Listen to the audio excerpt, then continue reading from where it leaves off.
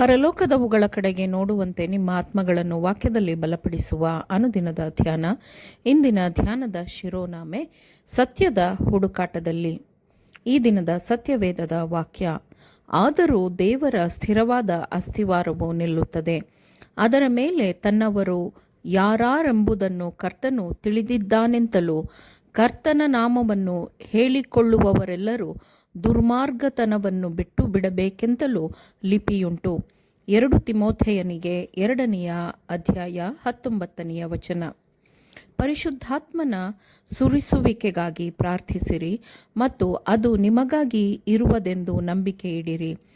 ನಿಮ್ಮ ಹೃದಯಗಳನ್ನು ನೀವೇ ಶೋಧಿಸಿಕೊಂಡು ಪರಿಶುದ್ಧಾತ್ಮನನ್ನು ಸ್ವೀಕರಿಸುವುದಕ್ಕಾಗಿ ನಿಮ್ಮ ಹೃದಯವೆಂಬ ಪಾತ್ರೆಯನ್ನು ಸಿದ್ಧಪಡಿಸಿಕೊಳ್ಳಿರಿ.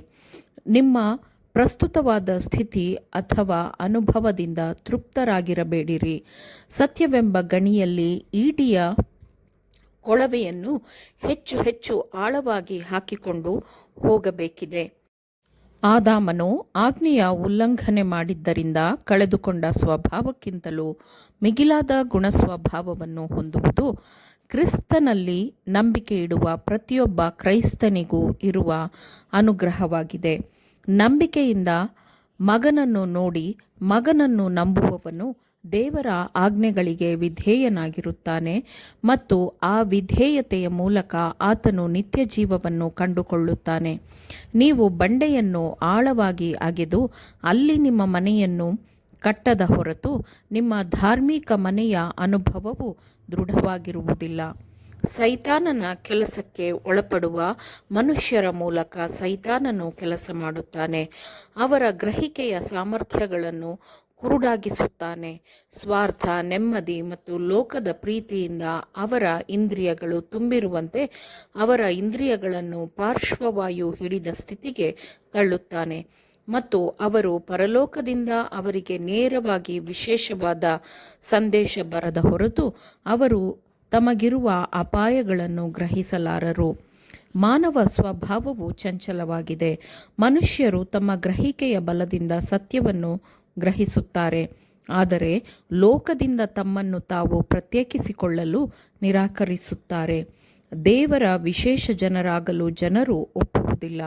ಅವರಿಗೆ ಸತ್ಯವೇದದ ಸತ್ಯ ತಿಳಿದಿದ್ದರೂ ಅದಕ್ಕೆ ವಿಧೇಯರಾಗಲು ಬಯಸದ ಕಾರಣ ಅವರು ಸತ್ಯದಿಂದ ದೂರ ಹೋಗುತ್ತಾರೆ, ತಮ್ಮ ಅಪನಂಬಿಕೆಯನ್ನು ತೋರಿಸುತ್ತಾರೆ. ಆದುದರಿಂದ ಅವರ ಆತ್ಮಗಳನ್ನು ಕತ್ತಲೆಯು ಆವರಿಸುತ್ತದೆ. ತಮ್ಮದೇ ಆದ ಮಾರ್ಗವನ್ನು ಅವರು ಆರಿಸಿಕೊಳ್ಳುವುದರಿಂದ ಅವರು ತಮ್ಮದೇ ಆದ ವಂಚನೆಯ ತಂತ್ರಗಳಿಂದ ತುಂಬಿಕೊಂಡಿರುತ್ತಾರೆ. ಅವರಿಂದ ಸತ್ಯವನ್ನು ಅವಮಾನಿಸಲಾಗುತ್ತದೆ, ಕ್ರಿಸ್ತನನ್ನು ನಿರ್ಲಕ್ಷಿಸಲಾಗುತ್ತದೆ ಮತ್ತು ಅವರು ತಿರುಗಿ ಪಶ್ಚಾತ್ತಾಪ ಪಡದ ಹೊರತು ನಾಶವು ಅವರ ಪಾಲಾಗುತ್ತದೆ. ಇಂತಹ ಪ್ರಭಾವಗಳು ಸತ್ಯದಿಂದಲೂ ದೃಢತೆ ಮತ್ತು ಪರಲೋಕದವುಗಳ ಕಡೆಯಿಂದ ದೂರ ಮಾಡಿ ಸ್ವಾರ್ಥ ತೃಪ್ತಿಯ ವಿಶಾಲವಾದ ಮಾರ್ಗಕ್ಕೆ ಆತ್ಮಗಳನ್ನು ಕರೆದೊಯ್ಯಲು ಕೆಲಸ ಮಾಡುತ್ತಿರುವಾಗ ನಾಶವಾಗಲು ಸಿದ್ಧವಿರುವ ಆತ್ಮಗಳನ್ನು ರಕ್ಷಿಸುವ ಕೆಲಸವನ್ನು ದೇವರ ಕಾರ್ಯಭಾರಿಗಳು ಮಾಡಬೇಕು. ಪ್ರಾರ್ಥನೆಯಲ್ಲಿ ದೇವರೊಂದಿಗೆ ಹೋರಾಡಿದ ನಂತರ ರಕ್ಷಾ ಕವಚವನ್ನು ಧರಿಸಿ ಆತ್ಮಗಳ ಮಾನಸಾಂತರಕ್ಕಾಗಿ ಶ್ರದ್ಧೆಯಿಂದ ಕೆಲಸ ಮಾಡಿರಿ. ನಿಮ್ಮೊಂದಿಗಿರುವ ಸತ್ಯವು ಯಾವುದೋ ತಮಾಷೆಯ ವಿಷಯವಲ್ಲ, ಆದರೆ ಅದು ನಿತ್ಯವಾದ ವಾಸ್ತವ ಎಂದು ಜನರು ಅರ್ಥ ಮಾಡಿಕೊಳ್ಳಲಿ. ನೀವು ಎಂದಿಗೂ ವ್ಯವಹರಿಸದ ರೀತಿಯಲ್ಲಿ ತತ್ವಗಳೊಂದಿಗೆ ವ್ಯವಹರಿಸಬೇಕು. ಬಿಡುವಿಲ್ಲದೆ ಸತ್ಯದ ಬೀಜಗಳನ್ನು ಬಿತ್ತಿರಿ. ಎಲ್ಲ ನೀರಿನ ಪಕ್ಕದಲ್ಲಿ ಬಿತ್ತಿರಿ. ನೀವು ದಾಟಲಾರದ ಮಿತಿ ಎಂದು ಯಾವುದನ್ನು ಭಾವಿಸಬೇಡಿರಿ, ಆದರೆ ನಿಮಗೆ ದೇವರು ನೀಡಿರುವ ಎಲ್ಲ ಬಲಗಳೊಂದಿಗೆ ಕೆಲಸ ಮಾಡಿರಿ. ಆಗ ಜನರು ನಿಮ್ಮನ್ನು ಸತ್ಯವನ್ನು ನಂಬುವ ಮತ್ತು ಸತ್ಯವು ವಾಸ್ತವವಾದದ್ದು ಎಂದು ನಂಬುವ ವ್ಯಕ್ತಿ ಎಂದು ತಿಳಿಯುತ್ತಾರೆ. ನಿಮ್ಮ ನಂಬಿಕೆಯು ವಿಫಲವಾಗದಂತೆ ನೋಡಿಕೊಳ್ಳಿರಿ. ನಿಮ್ಮ ಮನಸ್ಸನ್ನು ದೃಢತೆಯಲ್ಲಿ ಇಟ್ಟುಕೊಂಡು ಎಲ್ಲ ಸೋಮಾರಿತನ ಮತ್ತು ನಿಷ್ಕ್ರಿಯತೆಯಿಂದ ನಿಮ್ಮನ್ನು ನೀವು ದೂರವಿರಿಸಿಕೊಳ್ಳಿರಿ. ದೃಢವಾಗಿರಿ. ಸತ್ಯದ ಮಾರ್ಗಕ್ಕೆ ಸೇರಿಕೊಳ್ಳಲು ಎಲ್ಲ ಪ್ರಯತ್ನವನ್ನು ಮಾಡಿರಿ. ಒಂದನ್ನು ಬಿಡಬೇಡಿರಿ.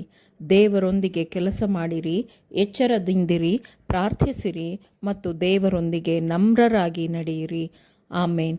ದೇವರ ವಾಕ್ಯಗಳನ್ನು ಶ್ರದ್ಧೆಯಿಂದ ಆಲಿಸುವವರು ಮಾತ್ರವೇ ಆಗಿರದೆ ಪಾಲಿಸುವವರೂ ಆಗಬೇಕೆಂದು ನಿಮ್ಮನ್ನು ಉತ್ತೇಜಿಸುತ್ತೇನೆ. ಪರಿಶುದ್ಧಾತ್ಮನ ಸಹಾಯದಿಂದ ಆಲಿಸಿದ ನಿಮ್ಮೆಲ್ಲರಿಗೂ ಧನ್ಯವಾದಗಳು. ಮತ್ತೆ ದೈನಂದಿನ ಧ್ಯಾನಕ್ಕಾಗಿ ನಾಳೆ ಸಂಧಿಸೋಣ.